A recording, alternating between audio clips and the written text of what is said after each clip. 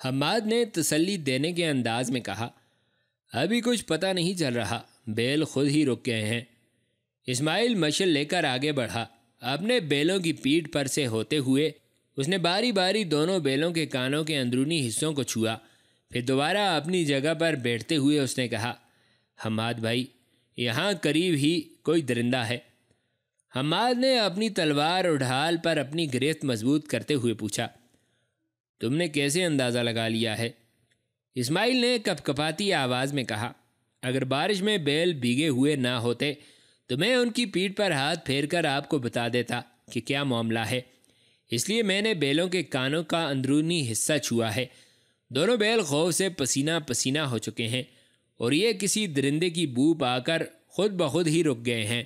اسماعیل کی باتیں سن کر رتنا کے ہونٹ خوف و دہشت سے کپ کپانے لگے تھے۔ اس نے ہمت کر کے حماد سے پوچھا، اب تم دونوں کیا کرنے لگے ہو؟ رتنا کے لہجے میں یاس و وحشت تھی، اور اس وقت وہ حماد سے اپنی نفرت کو فراموش کر چکی تھی۔ حماد نے اس کی بات کا کوئی جواب نہ دیا اور رتنا خفیف سی ہو کر رہ گئی۔ اسماعیل بڑا ہراساں ہو رہا تھا۔ حماد نے اپنے لبوں پر مسکراہٹ لیے اسماعیل کو دیکھا، پھر اس نے زیر لب نیم تبسم میں کہا، اسماعیل خوفزدہ نہ ہو، میں نیچے اتر کر بیلوں کے آگے آگے چلتا ہوں، تم مشل کو بلند رکھو اور بیلوں کو میرے پیچھے پیچھے لانے کی کوشش کرو۔ یاد رکھو اسماعیل، یہ تیرے میرے عزم ہی نہیں، مذہبی اعتقاد و ایمان کا بھی امتحان ہے۔ سنبھلو، خوفزدہ نہ ہو، میں تمہارے ساتھ ہوں، میری ہمراہی میں کوئی چیز تمہیں نقصان نہیں پہنچا سکتی۔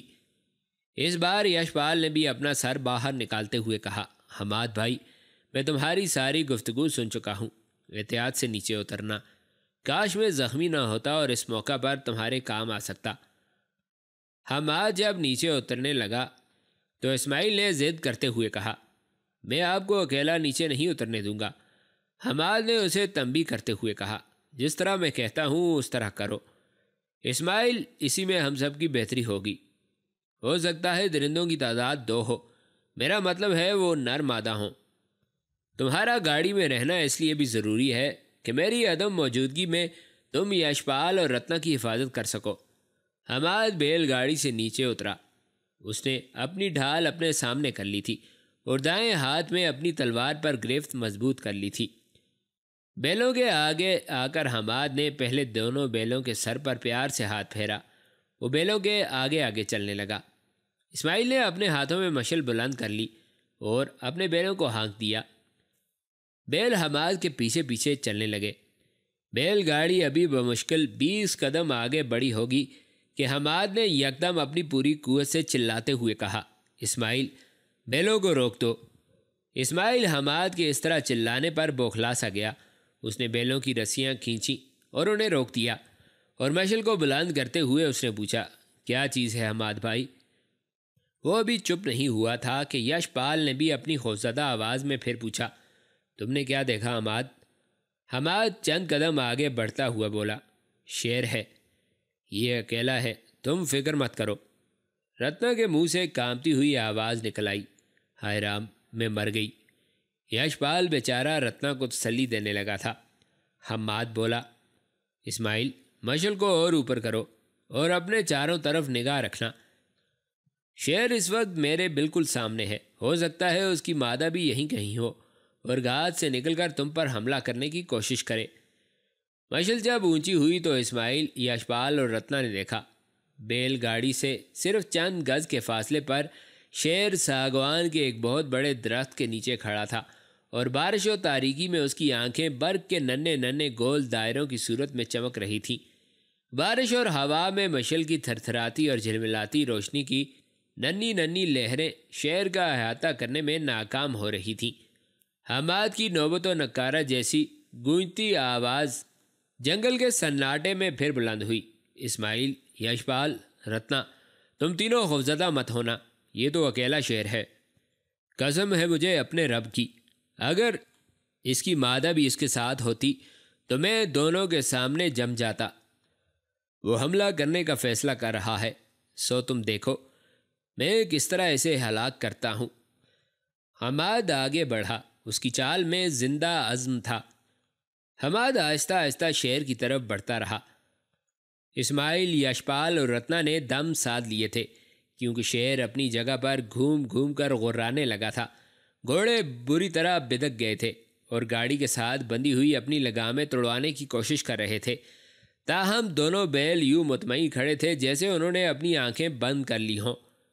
شیر اب ایک جگہ رک گیا اور حماد کی طرف دیکھتے ہوئے غرانے لگا تھا۔ پھر اس نے اپنا بدن سکیڑا اور بھاگ کر حماد کے اوپر جست لگا کر حملہ کر دیا۔ رتنا نے چیخ مار کر اپنے دونوں ہاتھوں سے اپنا چہرہ چھپا لیا تھا۔ شیر اور حماد دونوں زمین پر گر گئے تھے۔ اسماعیل نے مشعل بلند کر کے انہیں دیکھنا چاہا لیکن اسے کچھ دکھائی نہ دیا۔ شیر کی ایسی غراہٹ بلند ہو رہی تھی جیسے وہ کسی کو بری طرح جھنجھوڑ رہا ہو۔ اسماعیل سمجھا شاید شیر نے حماد کو اپنے نیچے گرا کر اسے جھنجھوڑنا شروع کر دیا ہے، لہٰذا اس نے زور سے پکار کر پوچھا، حماد تم کہاں ہو؟ رتنا نے بھی اپنی آنکھوں سے ہاتھ ہٹا لیے اور اس طرف دیکھنے لگی جہاں شیر کسی چیز کو جھنجھوڑ رہا تھا، یوں جیسے ظلمت و تیرگی میں حماد اور شیر ایک دوسرے کو کھڈیرنے لگے تھے۔ اسماعیل کی آواز پھر جنگل میں بلند ہوئی، حماد کہاں ہو؟ میں تمہارے متعلق پریشان ہوں، اگر تم نہ بولے تو میں نیچے آنے لگا ہوں۔ حماد کی قہر آلود آواز سنائی دی، تم گاڑی کے اوپر ہی رہو، میں اتنا بچہ اور کمزور نہیں ہوں کہ یہ مجھ پر اس قدر آسانی سے قابو پا لے گا۔ اسماعیل، یشپال اور رتنا نے دیکھا حماد بیلوں کے قریب ایک طرف کھڑا تھا، سر سے خود اتر کر زمین پر گر گیا تھا اور شیر اسے منہ میں لے کر جھنجھوڑ رہا تھا۔ حماد کی آواز سنائی دی، اسماعیل، شیر اپنا حملہ مکمل کر چکا ہے، اب میں اس پر حملہ آور ہوں گا۔ اتنے میں شیر نے حماد پر جست لگائی تھی تو اسی وقت حماد نے بھی اپنے بائیں ہاتھ ایک جست لگا کر شیر پر اپنی تلوار برسانا چاہی، لیکن اپنے اس داؤ میں وہ کامیاب نہ ہو سکا۔ اس کے سر سے خود اتر کر زمین پر گر گیا تھا۔ جس وقت شیر خود کو جھنجھوڑ رہا تھا، حماد اپنی تلوار لہراتا اس کی دوسری طرف کھڑا تھا۔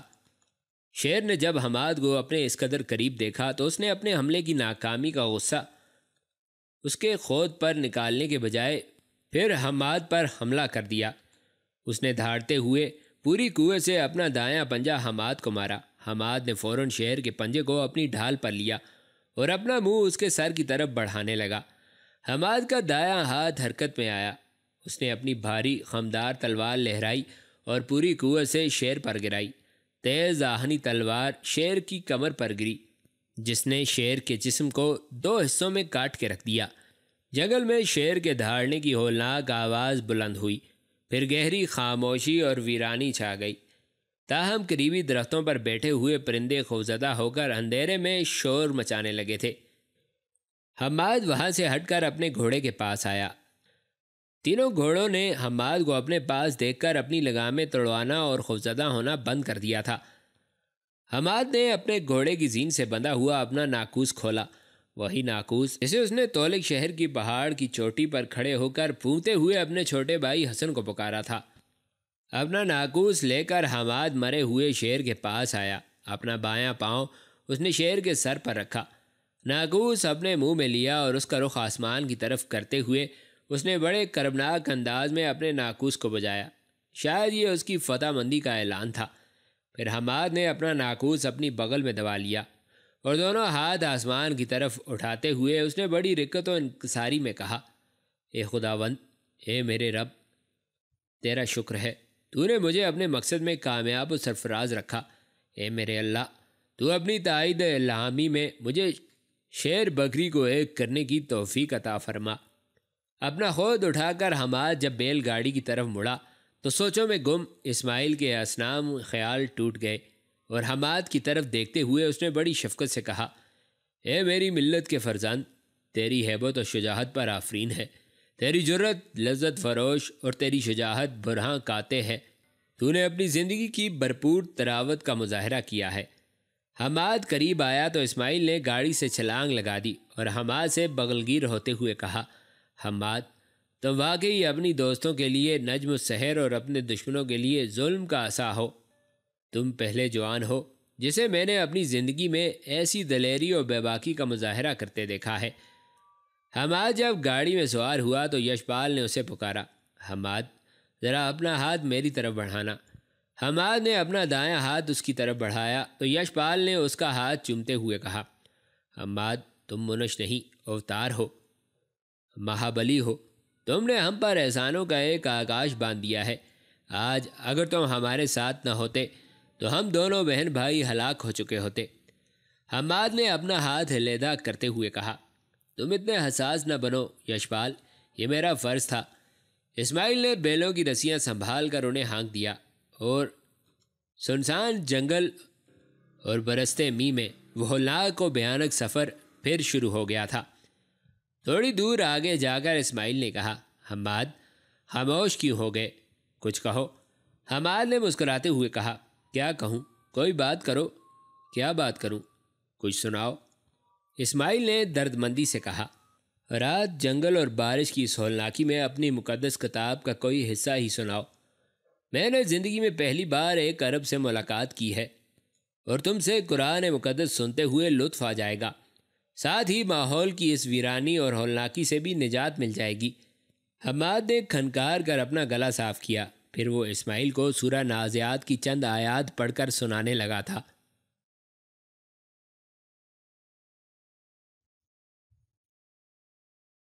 آدھی رات کے قریب حماد اپنے ساتھیوں کے ساتھ درائے سرسوتی پر لکڑی کے اس پل کو عبور کر رہا تھا جس کے ذریعے جنگل کے اندر بل کھاتا ہوا پتھریلا راستہ قصبہ بھیم سین کی طرف جاتا تھا۔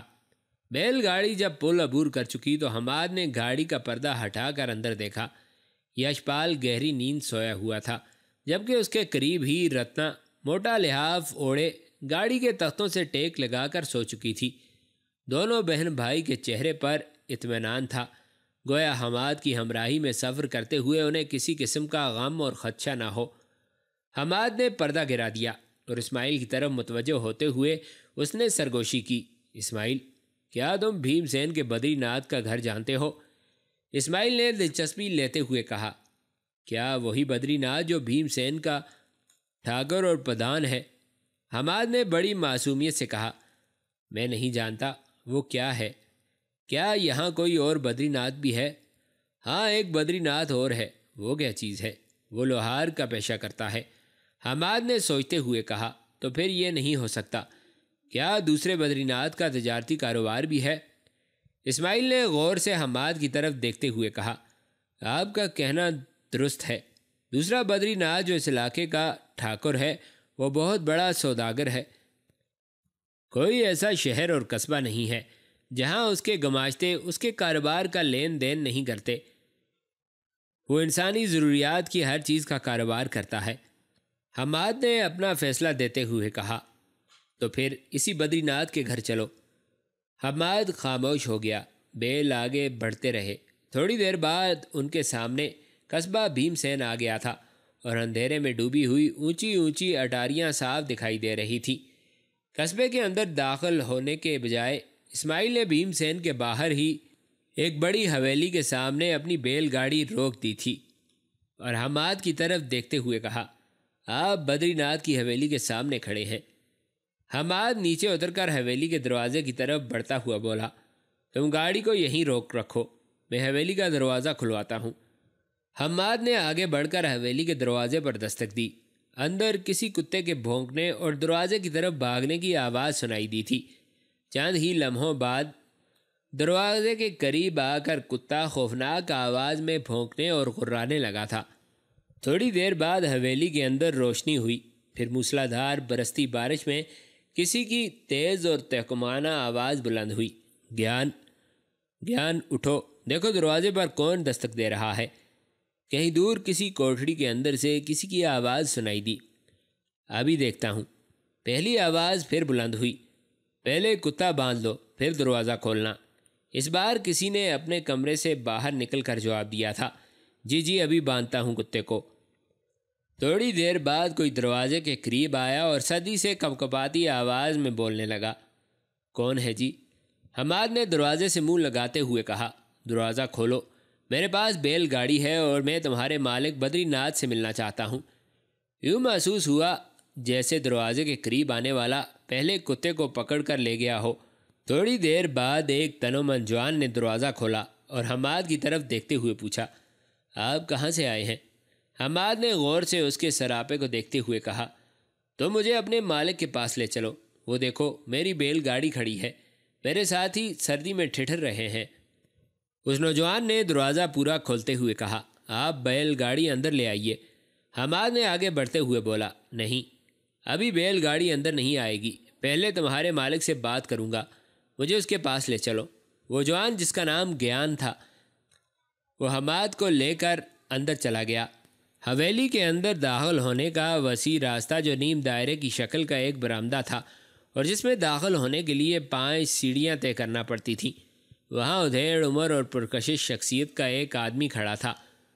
اس کے دائیں ہاتھ میں ایک جلتی ہوئی مشعل تھی اور اس کی بائیں طرف ایک معمر عورت جو شاید اس کی بیوی ہوگی اور ایک حسین ترین اور نوخیز لڑکی کھڑی تھی۔ حماد گیان کے ساتھ ان تینوں کی طرف بڑھا۔ سیڑھیاں طے کر کے جب وہ اس کے پاس گئے تو گیان کے کچھ کہنے سے قبل ہی حماد نے مخاطب ہوتے ہوئے کہا، اگر میں غلطی پر نہیں اور جس طرح مجھے آپ کا حلیہ بتایا گیا ہے اس کے مطابق اندازہ لگانے میں مجھ سے کوتاہی نہیں ہوئی تو آپ کا نام بدری ناتھ ہے۔ اس لمبے قد کے بوڑھے نے مشعل حماد کے چہرے کی طرف بڑھاتے ہوئے بڑے متاثر کن لہجے میں کہا، وہی ٹاٹ اوڑھنے والا عرب جس کا مجھے انتظار تھا۔ حماد نے چونک کر کہا، کیا؟ بدری ناتھ نے حماد کو اور زیادہ چونکا دیا، خلدون کے بیٹے، میں پچھلے 2 روز سے تمہارا انتظار کر رہا ہوں، کیا میں یہ کہنے میں درست ہوں کہ تمہارا نام حماد بن خلدون ہے؟ حماد نے بوکھلائے لہجے میں کہا، آپ کو میرے متعلق یہ اطلاعات کہاں سے ملی ہیں اور آپ مجھے کیسے پہچان گئے ہیں؟ بدری ناتھ نے حماد کو اور زیادہ ششدر کر کے رکھ دیا، اس حماد بن خلدون کو میں کیوں کرنا پہچانوں گا جس نے تولک شہر سے باہر ناصر الدین کے سامنے سنوبر کے دراز سے دورہ کر کے بندھے ہوئے رسے کو توڑ دیا تھا۔ حماد نے پریشان کن لہجے میں کہا، آپ ایسے انکشافات کر کے یقیناً میرے ذہن پر اثر انداز ہوئے ہیں، کیا میں یہ سمجھ لوں؟ بدری ناتھ نے اس کی بات کاٹتے ہوئے کہا، اے میری ملت کے فرزند، میرے اور ناصر الدین کے درمیان تیز رفتار ہرکاروں کے ذریعے پیغام رسانی ہوتی ہے اور میرے ہرکارے 2 روز قبل مجھے آپ کے آنے کے متعلق پوری اطلاعات دے چکے ہیں۔ کیا آپ کے پاس میرے نام ناصر الدین کا کوئی خط بھی ہے؟ حماد نے گیان، بوڑھی خاتون اور اس جوان و حسین لڑکی کی طرف دیکھتے ہوئے بڑے اضطراب میں کچھ کہنے کی کوشش کی، لیکن اس سے زیادہ حماد کچھ نہ کہہ سکا اور بدری ناتھ خود ہی بول پڑا، ان تینوں کے متعلق آپ فکر نہ کریں۔ پھر اس نے ان کا تعارف کرواتے ہوئے کہا، یہ گیان چند ہے، پر ہم اسے گیان ہی پکارتے ہیں۔ پھر اس نے بوڑھی عورت کی طرف اشارہ کیا، یہ میری بیوی ساوتری ہے، اور آخر میں اس نے بھرپور جوان اور خمار آگین لڑکی کی طرف اشارہ کرتے ہوئے کہا، یہ میری بیٹی بملا ہے۔ ان تینوں کے متعلق تم فکر نہ کرو، ہم سب مسلمان ہیں، بلکہ یوں کہہ لو کہ اس گھر میں اور بہت سے ملازم ہیں، سب مسلمان ہیں۔ آپ کو کسی کا اصل نام جاننے کی ضرورت نہیں ہے، میں گھر کے ہر فرد کو آپ کے متعلق پہلے ہی بتا چکا ہوں۔ اب آپ اس سرزمین میں کام کرنے والے سب کارکنوں کے امیر ہیں، حتیٰ کہ میں بھی آپ کے ماتحت ہوں گا اور آپ کی ہر آگیا کا پالن کرنا میرا فرض ہوگا۔ حماد نے بات کا رخ بدلتے ہوئے کہا، میرے ساتھ ایک بیل گاڑی بھی ہے جس میں آپ کا بھانجا اور بانجی ہیں۔ بدری ناتھ نے چونک کر پوچھا، میرا بھانجا اور بانجی؟ اور جواب میں حماد نے اسے یشپال اور رتنا کی پوری داستان سنا دی۔ حماد جب خاموش ہوا تو بدری ناتھ نے ایک نیا انکشاف کرتے ہوئے کہا، ایک بات میں آپ سے کہوں، بچپن ہی میں یشپال کی سگائی میری بیٹی بملا سے ہو گئی تھی، لیکن اب مجھے یہ سگائی توڑنی ہوگی، کیونکہ ایک مسلمان لڑکی کسی ہندو سے نہیں بیائی جا سکتی۔ اور سنو، میں آپ کا مشکور ہوں، آپ نے یشپال کی جان اور رتنا کی عزت بچائی ہے۔ یہاں کام کرتے ہوئے اگر آپ سے کوئی یہ پوچھے کہ آپ کون ہیں اور کہاں رہتے ہیں تو آپ انہیں یہ کہیے گا کہ میں بدری ناتھ کے گماشتوں میں سے ایک ہوں اور میرا کام شہر شہر اور نگر نگر گھوم کر اجناس اور دوسری اشیاء کے بھاؤ معلوم کرنا ہے۔ حماد اپنے اصل موضوع کی طرف آتا ہوا بولا، کیا ایلک خان کے متعلق؟ بدری ناتھ ہاتھ میں مشعل لیے سیڑھیاں اترتا ہوا بولا، اس موضوع پر میں آپ کے ساتھ اطمینان سے بات کروں گا۔ آئیے پہلے یشپال اور رتنا کو اندر لائیں، وہ دونوں پریشان ہو رہے ہوں گے۔ حماد اس کے ساتھ چلتا ہوا بولا، آپ ان کی فکر نہ کریں، وہ گہری نیند سوئے ہوئے ہیں۔ گیان، ساوتری اور بملا بھی ان دونوں کے پیچھے پیچھے چلنے لگے تھے۔ بدری ناتھ خود بیل گاڑی میں داخل ہوا اور پہلے رتنا کو اٹھایا۔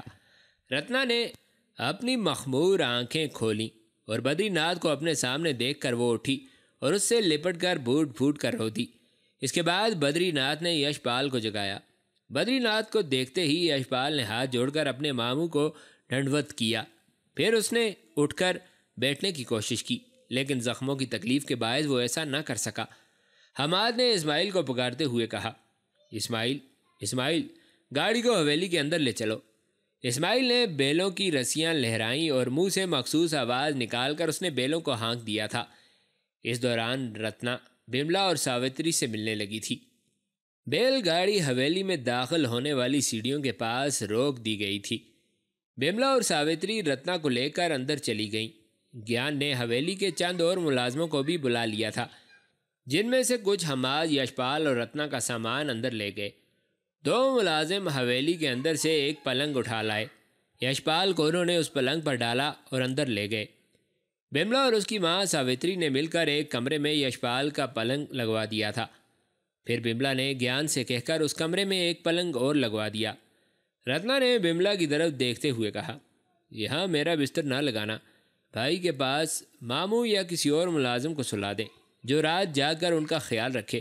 میں سفر کے باعث تھکی ہوئی ہوں، لہٰذا میں یہاں بیٹھ کر جاگ نہ سکوں گی، میں سونا چاہتی ہوں۔ بملا نے مسکراتے ہوئے کہا، تم میرے اور امی کے ساتھ سو گی، یہاں اس کمرے میں پتا جی اور میرے بھائی سوئیں گے۔ رتنا نے چونک کر پوچھا، تمہارے کون سے بھائی؟ بملا نے زیر لب مسکراتے ہوئے کہا، میرے بھائی حماد بن خلدون، جو تم دونوں کو بیل گاڑی میں یہاں لے کر آئے ہیں۔ رتنا نے پریشانی کا اظہار کرتے ہوئے کہا، تم حماد کو کیسے جانتی ہو؟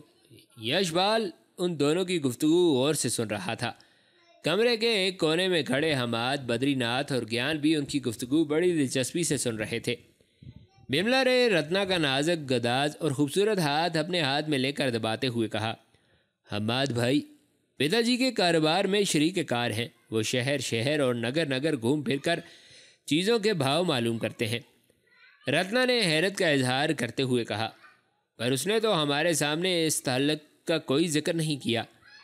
بملا نے بات کو آخری گرہ لگاتے ہوئے کہا، تم نے پوچھا نہ ہوگا اور انہوں نے بتایا نہ ہوگا۔ رتنا نے اس بار فیصلہ کن انداز میں کہا، وہ یہاں اس کمرے میں نہیں رہ سکتا۔ بملا نے اعتراض کیا، کیوں؟ وہ یہاں کیوں نہیں رہ سکتا؟ رتنا نے اپنا غصہ ضبط کرتے ہوئے کہا، وہ حویلی کے اندر نہیں رہ سکتا، وہ ملیچ اور نیچ ہے۔ رات وہ شودروں کے ہاں رہا ہے اور ان کا کھاتا پیتا رہا ہے۔ اس کے علاوہ یہ ہمارے دھرم کے خلاف بھی بولتا ہے۔ ہمارا موسن ہونے کے باوجود مجھے اس سے نفرت ہے۔ اس نے اگر یہاں رہنا ہی ہے تو دوسرے ملازموں کے احاطے میں رہے، نہ ہی وہ اس گھر کے برتنوں میں کھائے گا۔ ساوتری کے ذہن میں بونچال سا آ گیا تھا۔ یشپال غصے میں ہونٹ کاٹ رہا تھا، لیکن بیچارہ منہ سے کچھ نہ کہہ سکا۔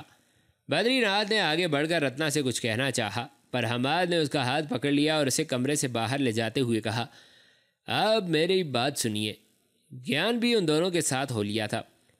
تینوں سیڑھیوں والی چھتدار راہداری میں آئے اور وہاں حماد نے سرگوشی کرتے ہوئے بدری ناتھ سے کہا، آپ اس معاملے میں کچھ نہ بولیں، ورنہ شکوک و شبہات اٹھ کھڑے ہوں گے اور میں کھل کر اپنا کام انجام نہیں دے سکوں گا۔ مجھے اس حویلی میں ایک شودر کی حیثیت میں ہی رہنے دیں، میرا بستر گیان کے ساتھ لگا دیں۔ اور بدری ناتھ نے ٹوکتے ہوئے کہا، یہ کیوں کر ممکن ہے؟ جو ہرکارہ سلطان شہاب الدین اور ناصر الدین کی طرف سے آپ کے متعلق پیغام لے کر آیا تھا، اس پیغام میں آپ کو اس سرزمین میں مسلمان کارکنوں کا امیر اور نیشا پور کا شاہین کہہ کر پکارا گیا تھا۔ اور سنو، میری ملت کا شاہین یہاں میری حویلی میں کیوں کر ایک شودر کسی زندگی بسر کر سکتا ہے؟ نہیں نہیں، میں ہرگز یہ… حماد نے اس کی بات کاٹتے ہوئے کہا، آپ رتنا کی بات مان لیں، وہ ایک ضدی اور مذہب کے معاملے میں متعصب لڑکی ہے۔ اگر آپ نے اس کی ضد اور تعصب کو توڑنے کی کوشش کی تو وہ اور زیادہ بفر جائے گی، اور اندیشہ ہے کہ وہ آپ کے خلاف بھی اٹھ کھڑی ہو۔ ایسی صورت میں ہمارے لیے کئی الجھنیں اٹھ کھڑی ہوں گی۔ بس میں گیان کے ساتھ اس کے کمرے میں رہوں گا۔ بدری ناتھ نے تکلیف دہ لہجے میں کہا۔ کیا یہ آپ کا حکم ہے؟ حماد نے بدری ناتھ کے دونوں ہاتھ تھامتے ہوئے کہا۔ نہیں، یہ میری التجا ہے۔ بدری ناتھ دوبارہ اندر جاتا ہوا بولا۔ آپ یہیں ٹھہریں، میں گھر میں کچھ ہدایات دے آؤں۔ بدری ناتھ اسی کمرے میں آیا اور اپنی بیٹی کو پکارتے ہوئے کہا، بملا، بملا، یشپال کے ساتھ اس کمرے میں میرا بستر لگا دو، میں رات اس کے پاس بیٹھ کر جاگوں گا۔ رتنا کو تم ماں بیٹی اپنے کمرے میں لے جاؤ، اور سنو، رتنا بٹیا کی کوئی ضد نہ رہے جو پوری نہ ہو۔ حماد کا تم ماں بیٹی فکر نہ کرو، وہ گیان کے ساتھ ملازموں کے احاطے میں سوئے گا۔ ساوتری اور بملا نے اس انکشاف پر کوئی اعتراض کرنا چاہا تھا، پر بدری ناتھ نے انہیں اشارہ کر کے خاموش رہنے پر مجبور کر دیا اور خود تیزی سے مڑ کر واپس چلا گیا۔ حویلی کے ملازم تینوں گھوڑوں اور بیلوں کو استبل میں لے جا کر انہیں چارہ ڈال چکے تھے۔ بیل گاڑی بھی انہوں نے استبل کے سامنے کھڑی کر دی تھی۔ بدری ناتھ واپس آیا اور حماد کا ہاتھ تھامتے ہوئے کہا، آئیے میرے ساتھ۔ تینوں حویلی سے باہر اور استبل سے مہلکہ ملازموں کے کمرے میں داخل ہوئے۔ حماد اور بدری ناتھ ایک ہی بستر پر بیٹھ گئے، جبکہ گیان بھاگ کر ایک بڑا پلنگ لے آیا۔ دوبارہ وہ باہر گیا اور ایک صاف ستھرا بستر اور ریشمی لحاف لے آیا۔ بڑے کرینے سے اس نے بستر لگایا اور حماد کو مخاطب کر کے کہا، یا امیر، آپ اس بستر پر آئیے۔ حماد اور بدری ناتھ اٹھ کر اس نئے بستر پر بیٹھ گئے اور گیان ان کے سامنے دوسرے بستر پر جم گیا تھا۔ حماد نے اپنے موضوع کی طرف آتے ہوئے پوچھا، کیا ایلک خان کے متعلق آپ کو کوئی خبر ملی؟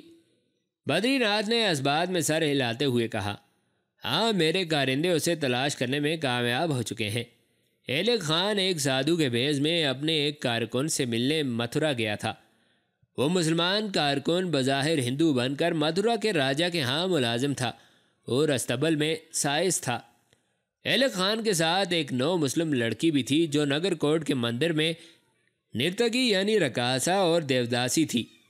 بظاہر وہ نگر کوٹ سے متھرا کی یاترا کو آئی تھی، لیکن اس کا اصل کام وہاں راجا کے استبل میں ٹھہرے ہوئے ایلک خان کو شمال کے ہندو راجاؤں کے متعلق اہم معلومات فراہم کرنا تھا، کیونکہ کوہستان سوامک کے جتنے بھی ہندو راجا ہیں وہ سب نگر کوٹ کے بڑے پروہت کے مشورے سے کام کرتے ہیں۔ وہ لڑکی جو نگر کوٹ کے مندر میں کام کرتی ہے اس کا نام اوما ہے، اور بڑے پنڈت کی نگاہوں میں وہ سب سے زیادہ ہر دل عزیز ہے۔ اس کی دو وجوہات ہیں، ایک تو وہ خوبصورتی میں لاجواب ہے، دوسرا وہ مندر کی نرتکیوں میں سب سے ماہر رقاصہ ہے۔ ایلک خان بھی اپنے متھرا کے کارکن سے وہاں کے راجا کی نسبت معلومات حاصل کرنا چاہتا تھا، کیونکہ ان دنوں ہند میں یہ افواہ پوری طرح پھیلی ہوئی تھی کہ غزنی کا حکمران شہاب الدین عنقریب ہند پر حملہ کرنے والا ہے۔ اس لیے یہاں کے سب راجے مہاراجے اجمیر کے راجہ رائے پتھورا اور ہستان پور کے راجہ کھانڈے رائے کے تحت اپنے آپ کو متحد کرنے کی کوشش کر رہے ہیں۔ انہوں نے ان دونوں بھائیوں کو اپنا بڑا اور گرو تسلیم کر لیا ہے۔ ایلک خان اپنے کارکنوں کے ذریعے ان دنوں بڑی تیزی کے ساتھ یہ معلومات فراہم کر رہا تھا کہ کون سا راجہ کس قدر لشکر کے ساتھ ہندوؤں کے متحدہ لشکر میں شامل ہوگا۔ متھرا بھی وہ اسی نیت سے گیا تھا۔ وہاں اس نے اپنے اسی کارکن کے پاس قیام کیا ہوا تھا جو راجہ کے استبل میں سائس تھا۔ حسین اوما بھی وہاں پہنچ گئی تھی۔ تینوں آدھی رات کے وقت جب رازداری میں گفتگو کر رہے تھے پکڑ لیے گئے، کیونکہ استبل کے ایک ہندو سائس نے چھپ کر ان کی ساری گفتگو سن لی تھی۔ متھرا کے مسلمان کارکن نے ایلک خان اور اوما کو بھاگ جانے کا موقع فراہم کر دیا اور خود راجہ کے ملازموں کا راستہ روک کر کھڑا ہوا اور ان سے لڑتا ہوا مارا گیا۔ ایلک خان کو بھی بھاگ جانے کا موقع مل گیا اور وہ اوما کے ساتھ نگر کوٹ کی طرف فرار ہو گیا۔ متھرا کے راجہ نے دونوں کے تعاقب میں اپنے سپاہی بھجوائے اور وہ ان دونوں کے گھوڑوں کی ٹاپوں سے ٹاپ ملاتے ہوئے ان کا تعاقب کرتے رہے۔ ایلک خان اور اوما بھی نگر کوٹ کے مندر میں داخل ہوئے ہی تھے کہ راجہ کے سپاہی بھی وہاں پہنچ گئے اور دونوں جاسوسی اور غداری کے الزام میں گرفتار کر لیے گئے۔ سپاہی ایلک خان کو پکڑ کر متھرا لے گئے، لیکن مندر کے بڑے پروہت نے اوما کو اپنے پاس روک لیا۔